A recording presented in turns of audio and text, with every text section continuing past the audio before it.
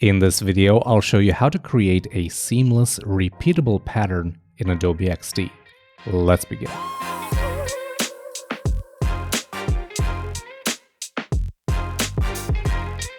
Hey, what's up everyone? Welcome to my YouTube channel. I'm Adi Pordila, and today I want to show you a quick and easy way of creating repeatable patterns for your designs. I'll be using Adobe XD, but the technique I'm about to show you can be used in any software, whether that's Figma, Sketch, Photoshop, Illustrator, and so on. Now, for this demo, I will be using these green leaves. These are from a kit I got on Envato Elements, and you can find a link to that down below. Now let's switch to XD and start by creating an artboard. You can do that by using the shortcut key A or by clicking on artboard.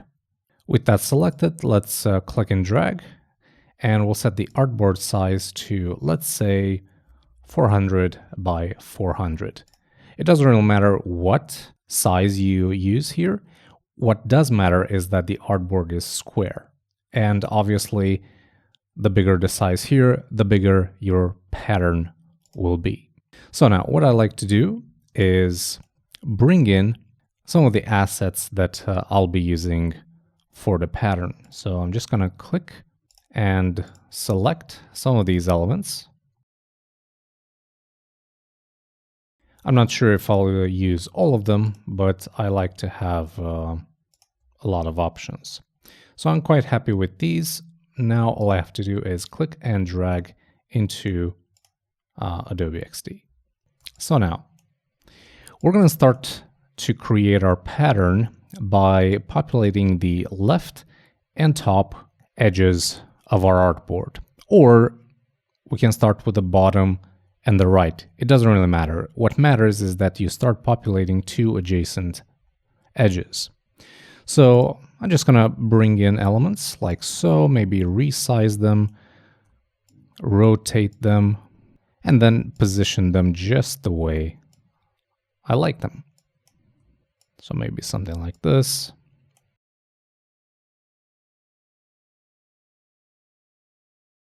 And now I'll do the same for the top area.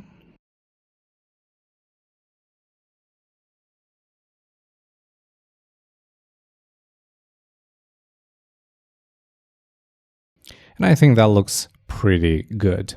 Now, the one thing that we have to do is duplicate these elements and mirror them on the other two free edges. So we'll start with the left, and we'll do the following. Select an element, and then you can Command C or Control C if you're on Windows, and then Command or Control V, like this, to basically make a copy of it. Alternatively, in XD, you can press Command D or Control D to duplicate an object. That's going to create an exact copy of that object in that exact same position. Now what we have to do is move this object to the right edge by the exact width of our artboard, or the exact width of our pattern. And if you remember, our artboard is 400 pixels in width. Yours might be different. So now what we do is we select the object that we just duplicated. We go to the X position in the inspector, and we can say plus 400. And XD will automatically calculate that value and will move the object accordingly. How cool is that? We'll do the same for this one, Command D, and then plus 400. Same with this. And same with this. And then we'll go to the top. We'll select this one, Command D, and then we'll go to the Y position field, and we'll do the same thing, plus 400. And now XD will move this down. Now, if you get any interference like this, well, you can play around with it. You can, for example, flip it horizontally by clicking this little button that says Flip Horizontal. And remember to do the same to the one on the top. And if necessary, you can grab both of these and move them so they don't touch with other elements. Now let's do this one, Command D,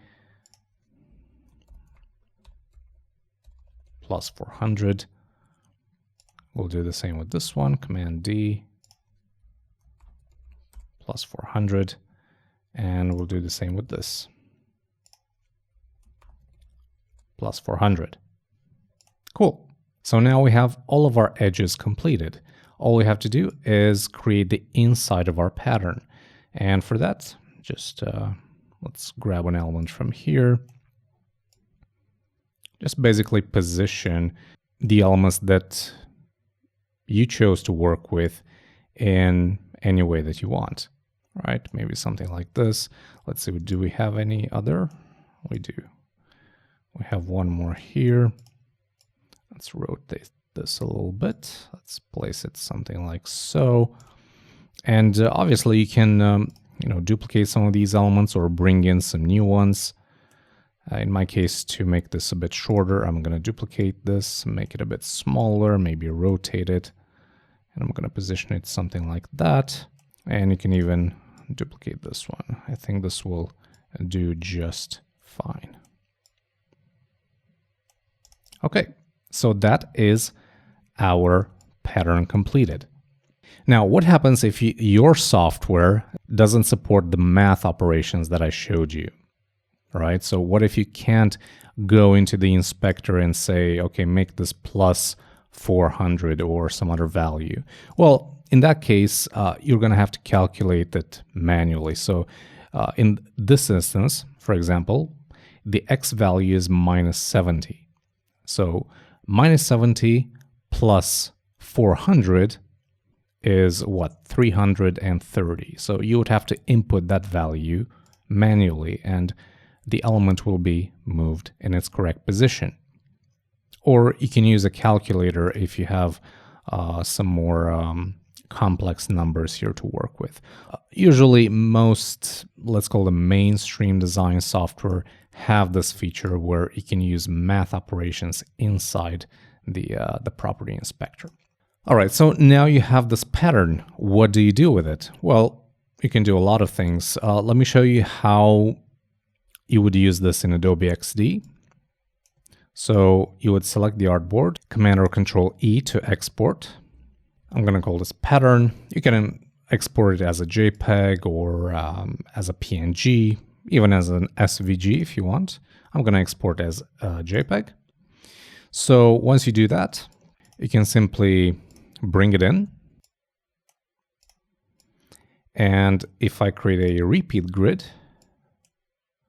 and I lower the distance between grid items to 0, you'll see that we have a nice, seamless repeating pattern.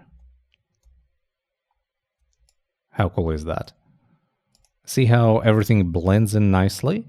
That's because the operation that we did when duplicating these objects and moving them to the other edge, right, to the parallel edge, basically splits this object in two, right? So here we have the, let's say, the right edge, and here we have the left over, right? So when put together, these elements right here match perfectly with the rest of the element here. And this is true for all of the edges.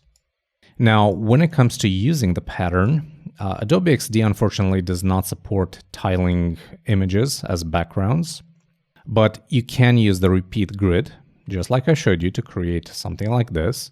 But if you are using a software that supports tiling backgrounds, like for example, Figma, you can create a shape and you can set a fill to an image.